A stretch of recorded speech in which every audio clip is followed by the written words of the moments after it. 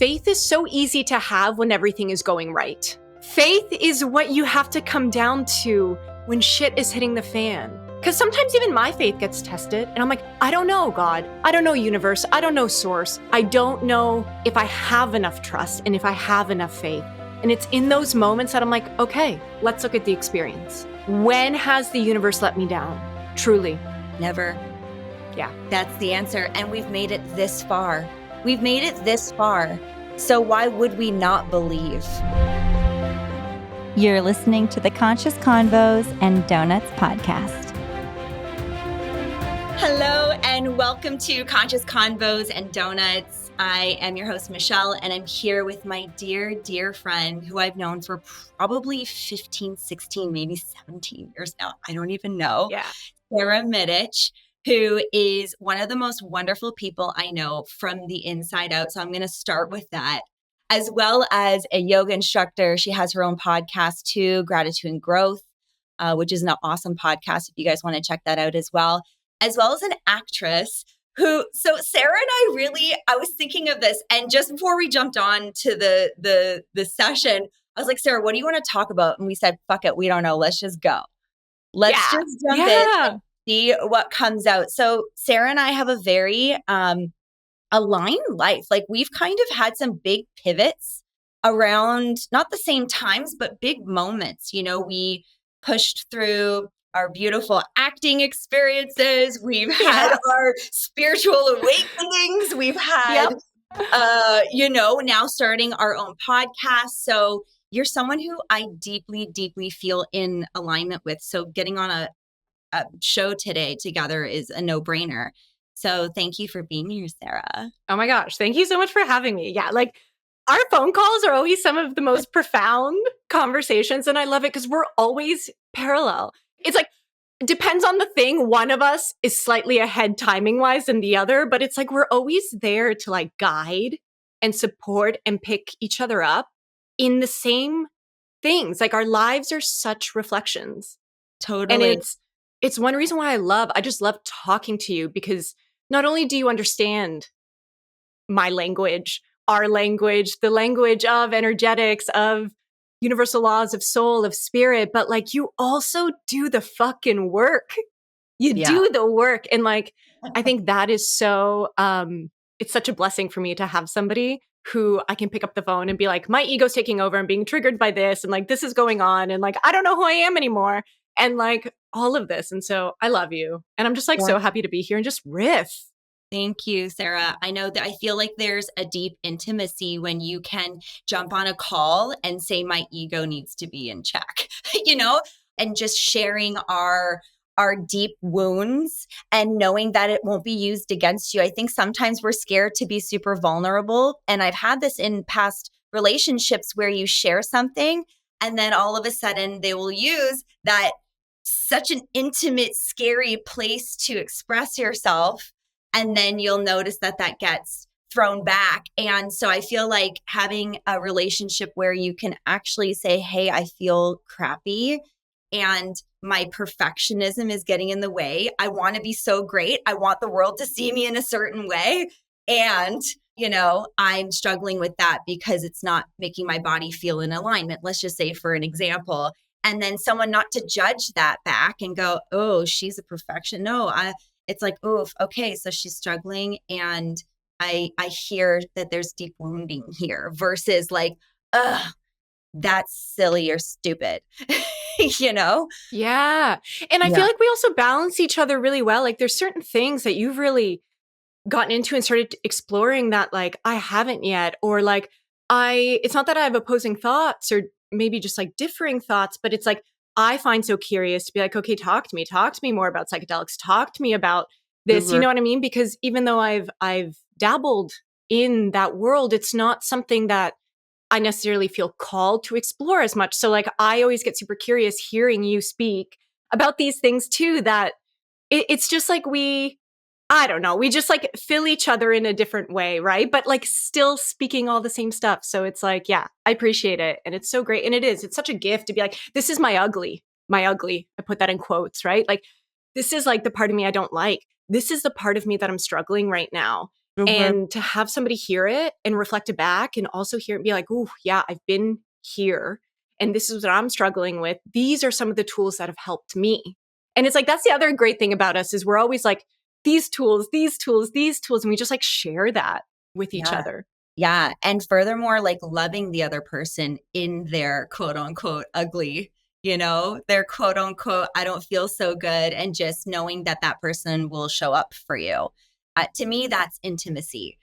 Just being putting your best foot forward in your relationships is not intimacy. It's when shit gets real and it's chaotic around you and we need support and we need to be able to unmask ourselves and be able to really deeply express what's going on so you can feel seen and heard by your partner, your friendships, your family, whoever that is. Like, to me, that's really being able to feel intimate. I'm thinking back to some of my friendships. Over time, it's not that you don't want to hang out with anyone anymore. It's just, does this deeply align with the way in which I want to foster and love my relationship? So, okay, I can jump on a call with Sara and I can tell her some really deep core wounds. And even if it's about you, like, hey, Sara, I've been feeling this. And instead of you personalizing it and going, oh my God, how dare you? And then we get into I'm right, no, you're right, no, you're right. It's like, oh, wow, I hear this human being having an experience and a feeling is always valid. You can't say the feeling is not valid. I think people go, Yeah. you can't say, it's like, well, no, we are allowed to feel, period. And then we are allowed to express. So we'll express and feel with each other, and how we receive it is on us, right? Like how we want to choose to receive the information's on us. And I think that, the book, The 4 Agreements, I think you said you've read it like 20 times. Yes. It's currently on my bedside. It lives on my bedside for those nights where I'm like, I just need like a little something, Yeah. Yes. Yeah. It's so important to depersonalize. That's a big one for me. I think everything is fucking about me. God damn it. It's not about you, Michelle. Just let it go. It's someone else is having an experience. In fact, you have nothing to do with it. But because we're little beings going, oh my God, are you okay? Shit, did I do something wrong? And we worry, right? The people pleaser, the over explainer, that little saboteur that comes through. And just, wanting to, just be gentle to that little guy because she comes out, she's sharp. She's sharp and she'll spit fire. Yep. I don't know if I ever told you this, but like speaking about like intimacy and just like friendships and how we've always communicated. So like back in, what was it, 2016 when I was living on your couch? Yes. Oh my God. Thank you for that, Sara. Let's throw that one out there. You're the best. By the way, I just want to preface, Sara's the best roommate you could ever ask for all the listeners out there. She literally made me a sweet cup of coffee every morning. We shared the bed. And she did not wake me up somehow. And I would wake up, she'd be smiling, good morning. And there would be this beautiful, delicious smelling cup of coffee beside me. So I'm prefacing that. Continue, Sara. Yeah. So I remember, so you said something, and I don't know if I ever communicated this to you, but like you said something to me that was so profound because I used to have a lot of issues with my body. Like I used to, I'd like disordered eating for a very long time, but I didn't know. And I had body dysmorphia. I didn't know any of this, honestly, fully until like my spiritual awakening, which happened 5-6 years later at this point. Wow. But I remember, and like you have always had, and we've always had this, I think it's just like your soul journeys, right? Like your certain souls. I feel like you and I have been going for a couple lifetimes at this point. We just have to be because of the familiarity. But I remember I was like, watching, I guess, what I was eating. I was like, I can't have too much bread and like I'm feeling bloated and all these things. And you just stopped me for a moment. And you were like, hey, just so you know, all this dialogue that you're having out loud, like the past few days, it's made me start to question like my body. And like I look at you and I think you have an incredible body. But like everything that's going on in your head right now is starting to fuck with me a little bit. And I was like, and it was one of those moments where I was like, shit. I was like, it showed me later, and I mean like years later, and I've never forgotten that moment because even though I didn't understand it then, and I wouldn't understand that moment for years. It's like, that's intimacy too, is that radical honesty without being reactive, right? Mm-hmm. Without, but like communicating, being like the vulnerability of you being like, hey, like all your external dialogue, you're like worrying about what you're eating right now is like kind of fucking with me. And it's like the mirror that sometimes we hold up to people for better and for worse at times. And also just like the power of suggestibility of like how when you make something your world, like how it can impact other people. Yeah. And so I was reminded of this because of everything you just said, of like the intimacy of it, but also like, who are you surrounding yourself with? Do you know what I mean? Because you penetrate, your energy will penetrate other people's energy and their energy penetrates yours. Right. Yeah. And so I'm so grateful to you. And yeah, I don't know if, have I ever told you that I before? don't remember. It's so long ago, but I don't really remember, but I can imagine that. I love what you're saying, Sarah, because you are your environment. So because I'm bringing you into my intimate space, including sharing a bed in a tiny, not one bedroom, but studio apartment. Yep. And like, but also reflecting too how, I'm just going to reflect first, like how amazing it was to have you in that environment. Because when you left, I was sad. And I was thinking about this morning, actually, while I was having my morning je ne sais quoi after my coffee, okay, before this call. And I was like, I have a 3-day rule and a 2-evening like max, unless you're my mother, like in my personal home. I think that's my maximum. And I don't care how much I love you as my friend. I'm like, but also Sarah, unless you're my mother or Sara Mitich, you get 2 evenings and 3 days, and that's the maximum. So you are that, you don't just show people sunshine, like you are sunshine. So having you around really is beautiful. I know we have our dark, and we can get into like dark femme and dark, shadows and all that. So of course we have the polarity. The only reason we can shine so brightly is because of how reflective it is to our shadow, right? Yep. But dialing back to where we were, so you were such a beautiful person to have in that environment. And when I could see someone I loved so deeply identify with these words, that are these valid and are they true? Right. But now that I'm remembering back, I wouldn't have remembered this unless you brought it up. So thank you for bringing that up today. But if we keep saying, let's just we're using eating, like, what did I eat? How many calories was that? Am I okay? Does this look okay? What does my body look like? And if that is the obsessive thoughts that are happening over and over again, that becomes your environment, right? And then having that, I would assume, because again, I don't remember it entirely, but I can only imagine if that's what it was. And I said that, then, it's probably one, I feel the chaos you must be feeling inside with the thoughts that are taking over, that aren't real and aren't true, but they are to you. And that's what matters. Right. And then reflecting that. And sometimes, yeah, like you said, reflecting, if someone's not ready for the reflection, you'll get a huge solid lean back. And maybe the friendship will go away, but also, do we care deeply to actually make each other feel better? Like, do we want to hold each other in our pain and not just say, it's okay? It's not okay for your poor little brain to be in that loop that looked and felt, being in your environment, a little bit tiring. And so if I could offer that reflection, even if it meant you got mad at me, I was okay with that. Yeah. And I didn't, for the record, because you're awesome. And I've always respected and loved your ability to see things. Do you know what I mean? So it was like, it was a moment of like, when you get hit with something and you contract and your ego is like, ugh, I don't like this. Yeah. It's so great. The ego is such a beautiful thing. So I'm reading A New Earth right now by Eckhart Tolle. I've never read it. I've read The Power of Now so many times. And like, I'm just at the beginning and we're like diving into ego and I'm understanding ego in a whole new perspective and just like in a deeper, more detailed way of like how the ego shows up. And like, for me, it's like right now I'm just like meditating on like, we all have this ego, right? Like we all have this ego that can take over and like we can live from ego, but like, what's ego?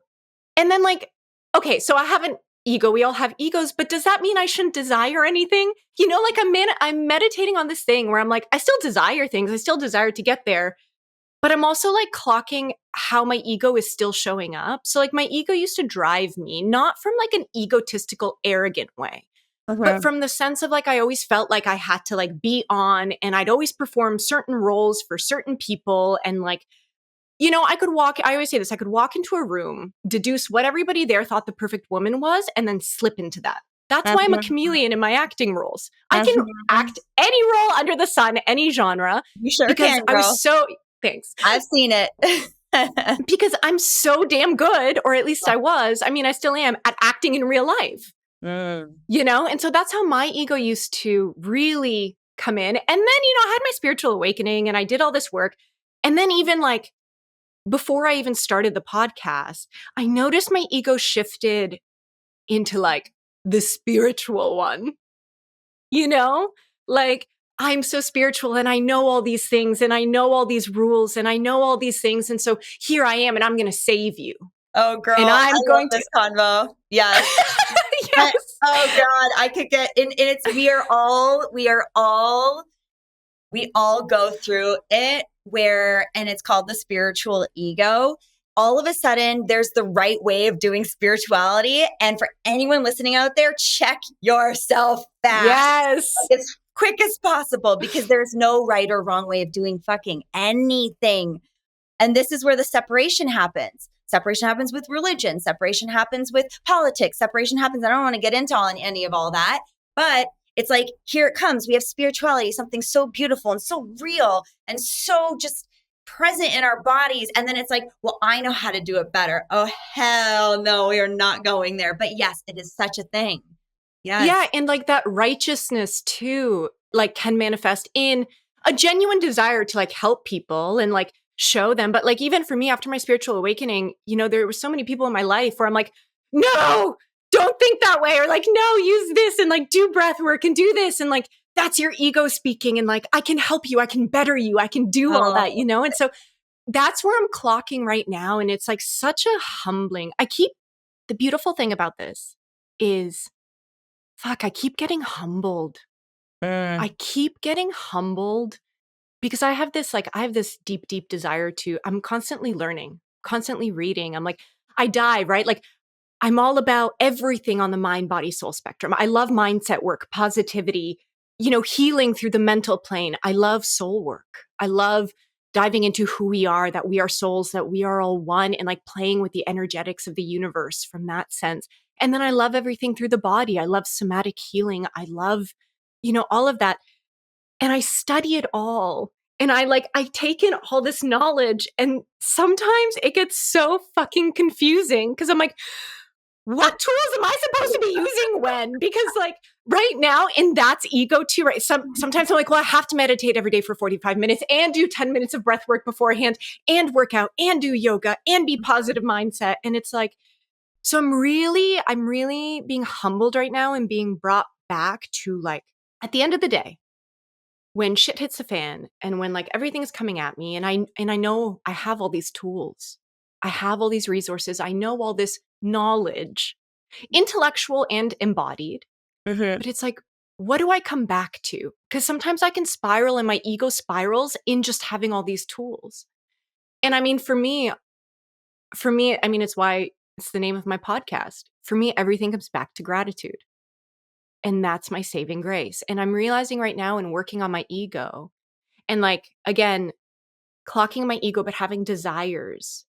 And at the end of the day, what is the desire? What is my core desire? My core desire is to bring gratitude, because gratitude for me is inner freedom to as many people as I can, however I want. And like, I have desires as an actor. I do. I have certain things that I want. And I have certain things with the podcast that I want, a certain level I want to get to. And like all these other creative projects that I have on the go right now, like I have man-made desires. But at the end of the day, I'm like, okay, but I can get so lost in them. My ego can still get lost, even if it's for a good cause, you know? But it's like, what do I come back to? And for me, I just come back to gratitude. Because gratitude for me has no ego. present moment gratitude is just presence. And like for me, that's my steady state.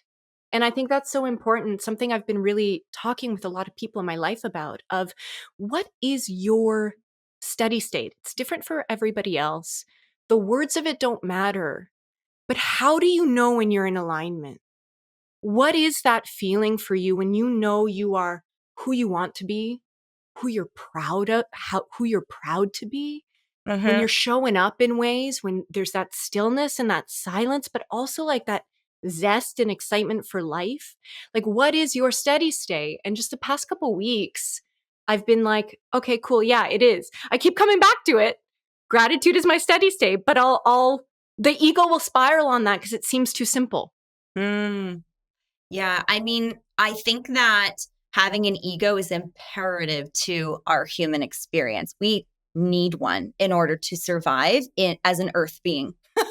Period. Touche. So, Yeah. yeah, so even just like allowing the ego and not resisting the ego may help you work with the ego a little bit better, because sometimes we judge that ego. We're like, oh, that's such ego. But then if we're, what you resist persists. So if you're resisting the ego, then the ego is going to show up tenfold, and then you're going to have a battle war with the ego.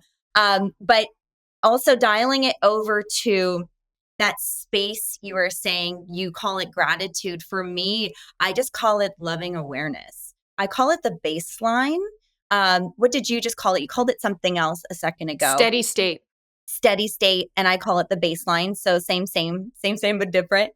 And so your feeling of gratitude, and in mine is this loving awareness. So anything above or below or sideways or circular around it is attached to something if you're not in the baseline. And the baseline doesn't have emotions attached to it for me. For me, when I'm in my baseline, I don't feel sad or happy. I don't feel excited or painful. I just am.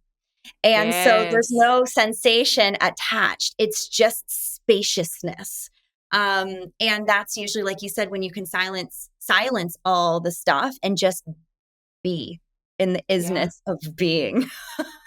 100%, but Whatever that's that means. presence, right? That's You're presence. present. Like, and that's why for me, it's like, and I always say, and I think we actually talked about this too when you were on my podcast, it's like words are the least effective communicator Oh, of yeah. this stuff because it's just Mhm. an experience. And yeah, it's the exact same thing. It's like for me to be is just to be present, like to be here now, because it's like the present moment at the end of the day is all that exists. Future, the past, they don't exist. So it's like, yeah, I like that baseline. That's another good word for it. But Beautiful yeah, baseline. And then we have these saboteurs coming through. The saboteurs are inner perfectionist, inner victim, inner over explainer. Like we have all these little critiquers and critics coming through that throw us off. Even if it's excitement, it's still throwing us off, because when we rise, we're also gonna go, ooh, and it comes back down. So it's just this like unwavering knowing. It's like the difference between gut instinct and intuition, which I think we dove into one time together. Whereas like when you're in your baseline, you're just in your intuitive space because there's nothing shaking it up. You're literally in your zone where you can actually hear well and listen to energy, your body source, like you're open to hear. Whereas gut instinct can be very helpful, but you're taking a past experience and then making an educated guess for the future, and there's bodily emotions attached to the sensation essentially. Whereas intuition doesn't have anything. It's like you're a straw and information just like flooding through, right? yeah. And I think it's so important what you just said of like that baseline, that steady state, because yeah, even happiness. Do you know what I mean? I've started to look at this too. Like even happiness is an emotion, excitement's an emotion, but it's like when you're just present, when you're just there, it is peace. I mean, at the end of the day, it's that like, and you are like, I know for me, when I'm there, I'm so open. And honestly, it's when I'm in that state, even for like 15 minutes, it's like, boom, all the creative downloads, all the solutions to everything that I've needed just come through because you're open to it, right? You're not Yeah. searching. Yes. You're not on any kind of hamster wheel. You're just there and existing. So it's like, I think it is. And like you nailed it too, like with the ego, like something I'm working on too. And you just like pinpointed it even clear for me is like, yeah, there is that perfectionist part of me, even though I know it's like, accept the ego. There's still a part of me that's like, but I want to be so good and I don't want to have an ego. And it's like, but that's life. And the key is just to be observant of it. It's what you're saying. We have all these tormentors. So can you just sit in like that seat of self, the seat of the observer, presence, being, words don't matter. Choose what resonates. Can you sit in it and be like, okay, here's this tormentor. The tormentors are going to come. It's our choice whether we let it drive or sit in the passenger. Yeah. Yeah. We Right. attach the So story. it's like, yeah, We exactly. attach So I the think story. that's such an important point. Another thing too, Sarah, the other day, I really dove into my dark feminine, which maybe could be in for another podcast for another day, because there's a lot I would like to get into. I know people talk about dark femme, and I understood it from like the intellectual perspective, but I fully embodied it the other day. Wait, why am I bringing this up now? What were we just, squirrel brain, what were we just talking about a second ago? We were just talking about the tormentors, witnessing them, Oh, that's but right. not acting on them. Yes, because there is no good or bad, right or wrong. Those are all ego and all attachments. And something I learned through the dark feminine, thank you, this is all coming full circle now, when I got to really embrace her and that part, we assume it's this dark part, which means bad, but energy is neutral. Energy, whether light or dark, is neutral. We just attach these meanings to them, like lightness means peace, and the light beings, and the and then dark is bad, and you know, all the things, and those are also ego and also attachment to the light and the dark. And energy's probably laughing at us going, look at these humans, all it is moving energy, and they just have to create so many stories, you know. So yeah, it's really interesting to think of darkness as neutral. And I think this can be another podcast because I'm curious. So I've heard dark femme. I've never dove into it. I don't really understand. Like, I can put together like what dark femme kind of means or reflects. I know shadow work very well. I know, light work and embracing your shadow. But this is like one thing that I get so fascinated because I see your Instagram and I see you like posting these things about dark femme and embracing dark femme. But I myself, I don't really understand what that means. So Yeah. can you give me like a 2-second rundown? Yeah, it's really hard to use words. It's more of a feeling and a sensation. So I'm going to do my very best. It was a moment. This happened a couple of weeks ago, and she can come in and be present and then take a back seat. But she was 100% alive and well in my body. And she is unwaveringly shameless and maybe a little rebellious and kind, because I was allowed to be every part. Oh, this is making me emotional thinking about it. This is when you know it's landing for you. Yeah, she was oh wow. She could just, there was no judgment. It was freedom in my body. Sexuality, expression, and it felt like love. So I felt so much love in that shadow part, in that dark feminine, in the way that we are conditioned to be, and deconditioning everything we're told we're supposed to be. It was very empowering and very liberating. And so the dark femme is not something to hide from. It's something that I would encourage anyone who's listening to just embrace when you're ready, whatever that looks like, whenever you feel ready. She'll be there for you, and she will love you and support you in that. And that's the best way I can describe this with words. For sure.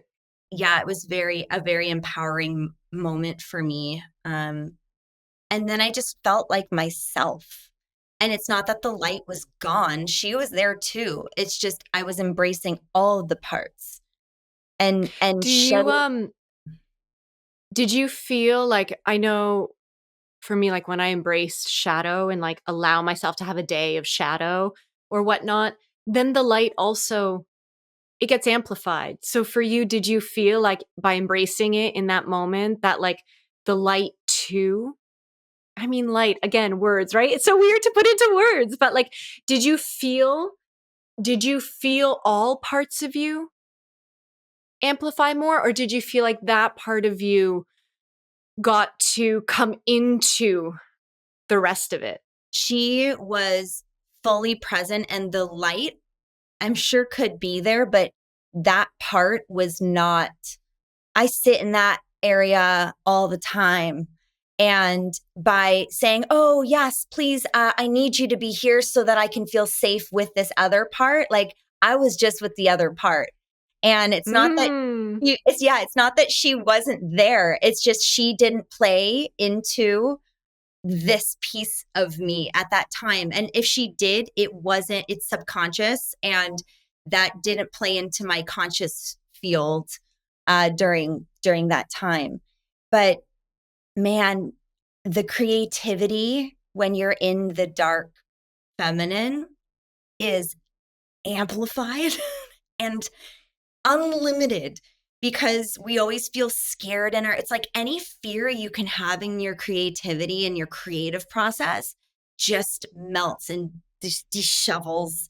And then there's just this like, I'm here with all of me.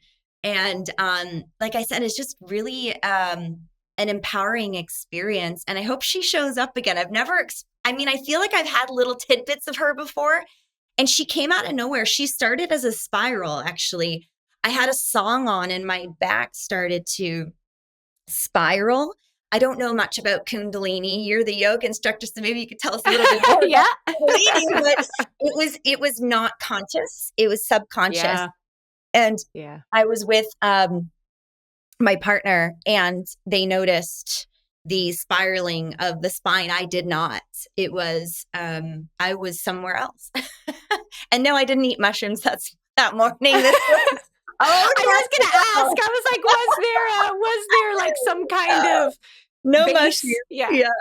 So, and then it was really the music that allowed, for anyone who's listening, who wants to maybe tap into that part and is curious, maybe a good place to start would be music and finding a song, preferably with no words, because then I always find words with songs have somebody else's attachment to the song. And then I'm trying to hear the rhythm and the beat to create my own experience, but then I'm using someone else's experience in it. When there's no words, I can hear myself better, I guess I could say. So if you can find like it doesn't even have to be a sexy song, but a song that just makes your whole body, every cell in your body sing and dance and turns you on. And not just in a sexual way, just like turning on all your lights in your box, in our beautiful vessels. And just allow that to take you somewhere and just lean into the music. I feel like music would be a really good place to start. Yeah. Sarah, have you dove into your dark femme at all? So yes and no. Now that you're saying all this, parts and for me, like music is also like the big thing. But I do like songs with lyrics, and like I'll put on like honestly Taylor Swift's "I Did Something Bad" is like I'll put that on and just fucking dance. And like I look at myself in the mirror. I'm usually like in a sports bra and like tight shorts, and I'm like, I'm in it. You know what I mean? And so now as you're saying this, I'm like, yeah, okay, cool. I totally do dip into the dark femme 100%, but like, and I need that sometimes. And for me, it's like, I let her out. It's like, I'll listen to that. There's like a couple other songs. I can't think of them right now, but like on my playlist that it's exactly what you just said. They turn me on, but it's like, they turn on all my fucking chakras. Like my chakras open up and like my root chakra's there and I feel very grounded. And it's so empowering. Now, like when I think of like dark femme in terms of like, that would be the closest thing. I don't know. I always say there's so many different sides to Sara. Like I have like spicy Sara and I have sweet Sara and I have soft Sara and I have sarcastic Sara and I have savage Sara, which I don't let out a lot. I'd love to meet savage Sara. I feel like she'd be very interesting. I don't like Sometimes I've been dipping into spicy Sarah, and I've been talking about spicy Sarah with my coach and like my partner and my friends. And my one friend actually sent me a voice note one day, and she was like, you keep talking about spicy Sarah and like you're spicy Sarah, but to me, spicy Sarah just is Sarah. And I'm Mm. like, interesting. That's so interesting because again, it's like then it allows me to be like, am I always trying to be on in some kind of sweetness? Because even though I understand all the work, is that still part of my conditioning? Because sometimes when I'm spicy, Sarge, Can yeah. I can I do a intimacy question right now? In Ooh, speaking yes. of in speaking of the dark femme, is there a part of you right now in this conversation with me that is like, oh shit, I don't know if I did the dark femme right or just yet? Yeah, like 100%. Or there's like this, like, even when I say like dark femme or you say dark femme, there's like an immediate slight cloud of like, I don't need to go there. I don't need that relief. Like, I don't need to entertain that. It's like those are, and like, I'll say this openly, but it's like, there is a voice in my head still that's like, oh, that's like too much. Mm. That's like, that pushes, that's like, I don't need to go there. And so as you're saying all of this, I'm like, I'm so glad you asked me that because I'm listening to you and speaking, but there's a conversation going on in the back of my head being like, Yes, but why this is is the that too much? subtext. This is Yes. the subtext we Yes. talk about. I love this. This is Yes. good stuff. Yes. Okay. But yeah, so do I feel like, is there a part of me that's right now like, am I doing it right? Am I doing the dark femme thing? How do I do the dark femme thing? I know for me, it's like once my mind starts asking, it's like, honestly, we're probably going to get off this and I'm going to put on Taylor Swift. So I did something bad because my partner's not home and I'm just going to fucking dance naked around the house or something. Like, it's going to be, now I'm like, and also remember, it was us who had this conversation, I think yesterday, creating art out of inspiration or desperation. It's the same thing. So just because we're on this call, and this is for listeners too, it's like, just because we're on the call and we talk about dark femme, you can't be like, okay, now dark femme, show up, because then to me, that's like, that's starting to come from, not that it's desperate, but it's like seeking, okay, I'm seeking dark femme. Because when that dark feminine moment happened for me a couple weeks ago, I didn't even know what was happening until it was already happening. So it came out of an inspired space. It came out of full freedom. It came out of not thinking about what the fuck our dark femme was. That was not even in my mind while it was happening. I'm not like, oh, here it is. Dark femme is here. I've heard about her before. She's alive. Right? It was after I'm like, oh my God, when people talked about dark femme, I think that was it. And it was after the experience because I wasn't attaching anything to it in the moment, which was part of the shedding of ego, shedding of the shame and shedding of, because if too much of my consciousness was there, she holds way too much shame for me to allow myself to actually let go that deeply and that far. So it's interesting. Yes, the creation out of feeling inspired to share with the world will land and will be super magnetic. And then you could try to share the exact same thing and it could be such a good idea, but because the energy behind it has a desperation and a need and an outcome attached to it that we're grasping onto, oftentimes you will be humbled very quickly with it not panning out the way that we had hoped. 100%. And ladies and gentlemen, that is the key to manifestation. Is right there, and which is the key to life, right? And it goes back to all those philosophical statements too of like, it's not about the outcome, it's about the process. It's not about the end result, it's about the journey. It's like, I'm a big believer in that. I call it like living from inspired action. Like that's the terminology I use of like what's inspired and what is a grind. What's inspired and what are you forcing? So like, yes, thank you for bringing that up because it is that moment. And honestly, the best things from what social media posts get the most engagement to these big dark femme realizations. For me, it's always coming from a surrendered place, not a manufactured place. Yeah. Oof. I like that. Coming from a surrendered place, not a manufactured place. Yes, that lands good. And two, for anyone, listening to this episode, it's like when you are making a decision, you're like, well, can I tell if it's from inspiration or desperation? Like, how do we know? Well, one, are you holding on to an outcome? That's the first thing. But a somatic practice that I can offer is to close your eyes.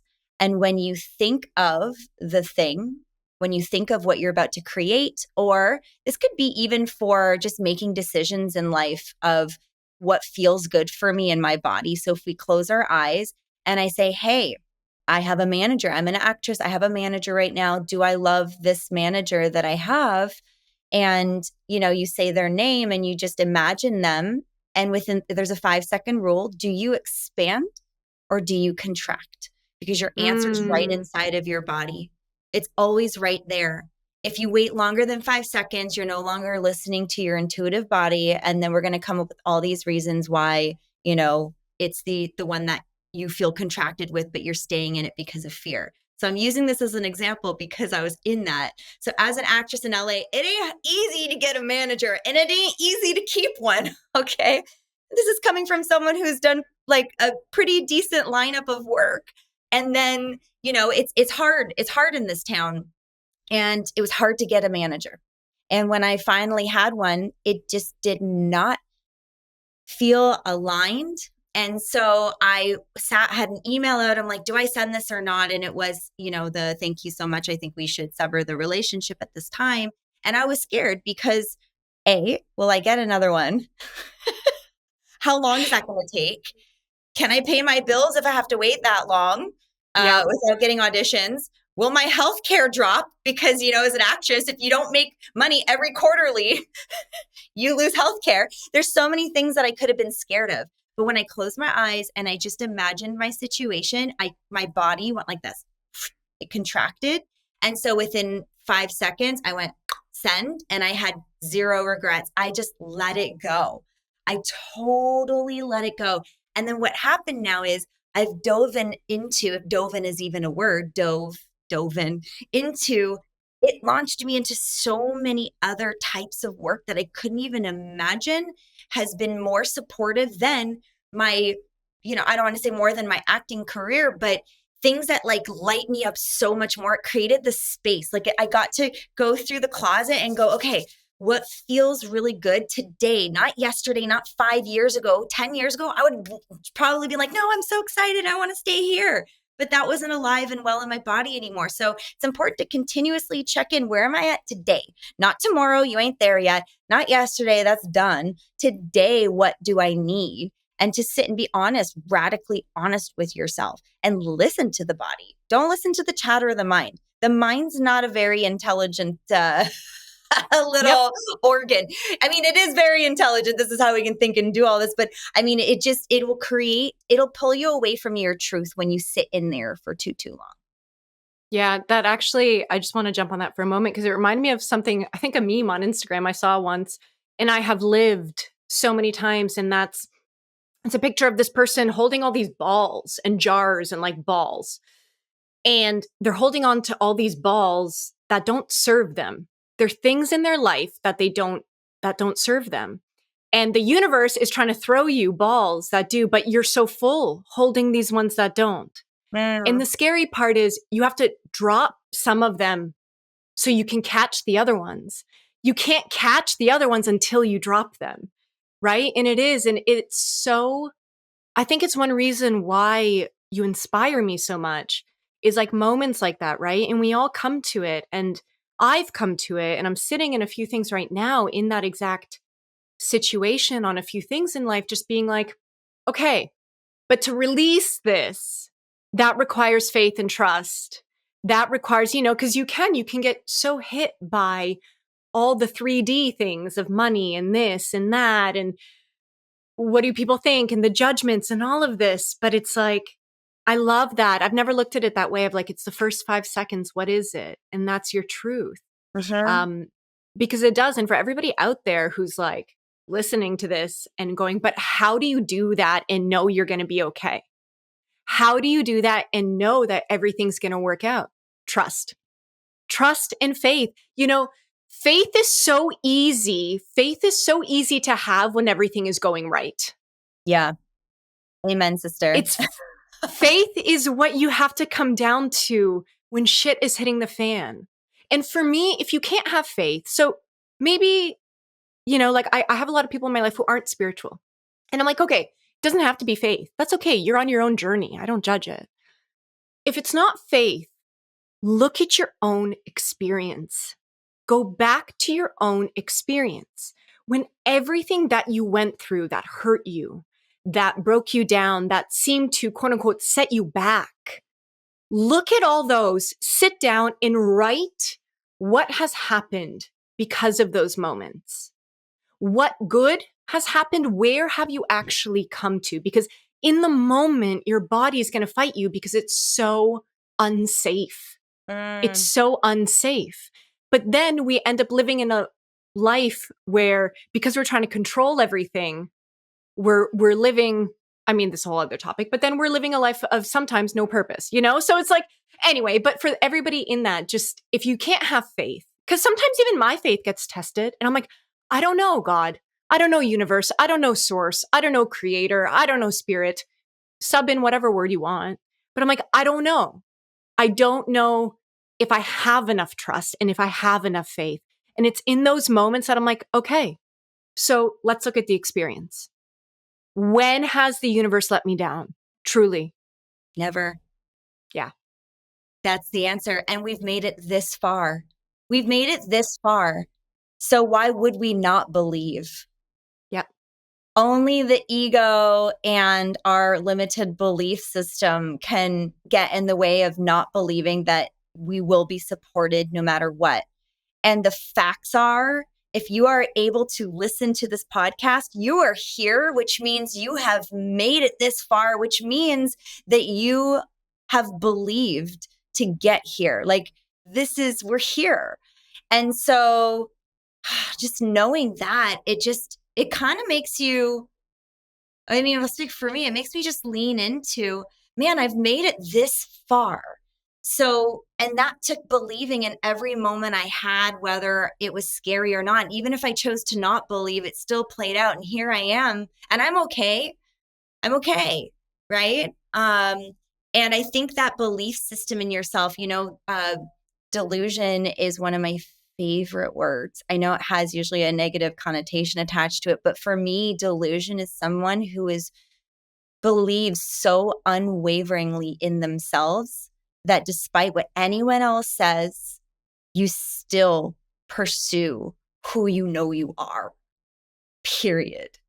And so that idea of delusion, like someone became the president, somebody, all the things that we want to do. There's someone out there that's done it. They said, I want to do this. And people would be like, ha ha ha, that's hilarious. Good luck. And you're like, okay. Even us as actresses, it's like, people are like, ha ha ha, good luck with that one. And we're like, 100%. Our egos are like, watch me. In fact, my ego is the only reason, I think, well, not the only, I don't want to give it the only, that's way too much credit, but my ego is definitely a huge component to how I got as far as I did in my acting career, because so many people told me you can't. Even from getting my visa, they're like, oh, you don't have enough credits. And I'm like, what do I need to get this visa right now? You need X, Y, Z. And I didn't really have all that. And I was like, I'm going to go get it. Don't tell me I can't do this. I'm going. And then I, created it. And in fact, so that belief within myself, I don't care if, coming back to belief, if everyone's telling me no, including the lawyers, I believe I can live here and be here and work here. And because I believed so deeply in myself, despite actually not having all the stuff that I needed, I was the quickest case that firm ever put through. I got approved before the 2-week period. And for some, and I'm sure any other actors listening out here, it's not easy. And a lot of people wait years to get that approval for whatever reason, whatever officer happened to, want to pick it apart. And sometimes you just get lucky with someone who might be more easy. Who knows why, the whys, right? Or hows. We don't get to see that part. But the point is, I believed, and therefore I became. I believe, and therefore I became. And that's really all it was. And I continue to do that because why the fuck not? And guess what? When we make a choice, if it's not a supportive one, you try again, right? Like, oh, look, I got a thumbs up with that one. Where did that just show up? I just got a thumbs up on our computer screen. Right. And so another thing too is when I was just starting in acting, I'll never forget this. I had an agent, I'll never name names here or agencies or anything. I'll leave those out. But I had a lady who told me, I went in, I had to do an audition to join the agency. I went in and I created this monologue that I wrote myself. And as I was doing it, I'm like, I'm so good. I'm the best. And I was like doing it, just like I was young too. I was maybe like 18, 19, just kind of getting into it and had a really, I was always very confident. And I walk into this, room and I do it. And when I was done, I looked at her and I was smiling ear to ear, like, when do I start? Because that's my. Oh, bless. And she humbled me, girl. She goes, oh, honey, you're up against people on shows like Being Erica. And she was naming all these big shows at the time. She goes, at this time, I would say you're good for SOC commercials. And for those of you listening that don't know what SOC means, it means silent on camera. I was like, huh? And I'm like looking around to see if she's talking to somebody else. I'm like, that can't be for me, right? And then it was like, it hurt, but it hurt so good because I was like, ooh, watch me, right? And so people can be used, and it's not like watch me like, I mean, there is this, there was spitefulness to it. I'd be lying if I said there wasn't. It was like such a like, I can become something and I don't need you to tell me that can become it. I'm going to become it myself. And I went for it. And then, the next month I ended up booking my very first leading role in a, horror movie, very first thing I ever did. And it's truly just because I kept believing in myself despite that huge rejection, which could have changed some other little girl's trajectory on what they were going to do. So if anyone is listening, if you feel in your core that you're meant to be doing something, don't listen to anything anybody's saying around you. You know what you need. And you just trust that. Trust your body. Your body knows what you need and knows what you were meant to do. And nobody can take that away from you. And no one can tell you what that looks like. And if you don't believe in yourself, nobody else will. Yeah. And you also don't need anybody else to. Like all of that. I resonate with all of that, Michelle. And but that's where ego is good, right? This is where the ego is so important because your ego has that sense of survival and you will be put in positions where that sense of survival is needed to propel you to get there, right? So yeah, 100%. Oh, Sara, I love you I with know. all of my heart. Like I Me too. am enjoying so much sitting here with you. I could literally as we're talking, there's so many other like different episodes to deal with. I know.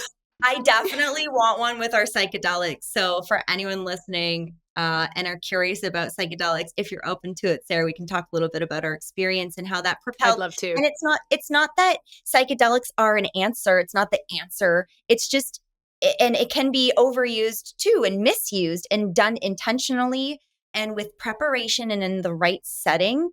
It can be a very helpful tool to access just a very embodied space, our energetic space. So I would love to dive into that with you. But Yes. So just to wrap this up, so we went over so many amazing things. We went over ego, we went over dark femme, we went over some of our acting. I mean, it's so incredible, and intimacy and sharing, difficult truths and then holding each other in those spaces. So I think this was really, really beautiful.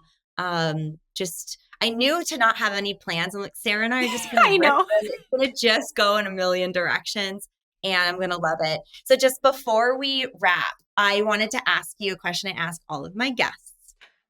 Okay. And again, this is a very, very serious question. Are you ready for it? Hold on. Okay, you're zen. Okay. If Sara Mitich was a donut, which one would she be and why? Oh my God. See, my brain goes to like, what is my favorite donut? But that's not the question. Nope. Honey cruller. Ooh. Because I've got that honey, but it's also crispy. It's sweet, but it's like, it's got that crunchiness to it. And I think like, that's me. Yes. I hear what you're throwing down. I feel like I would agree with you. You are a delicious honey cruller, girl. That's one of my favorite donuts. So Thank you. Yeah. Oh, I love that. Good. Yeah. Well, thank you for spending the time with me this morning. And again, thank you to all of our listeners. This is Conscious Conversations and Donuts, and I can't wait to put on another episode for you all. I love you. Have a beautiful day. Thanks, Michelle. Don't forget to sign up for the Illuminate community for my live and recorded meditations, breathwork, and guidance support calls. Tap the link on the screen or in the bio of this episode. I'll see you soon.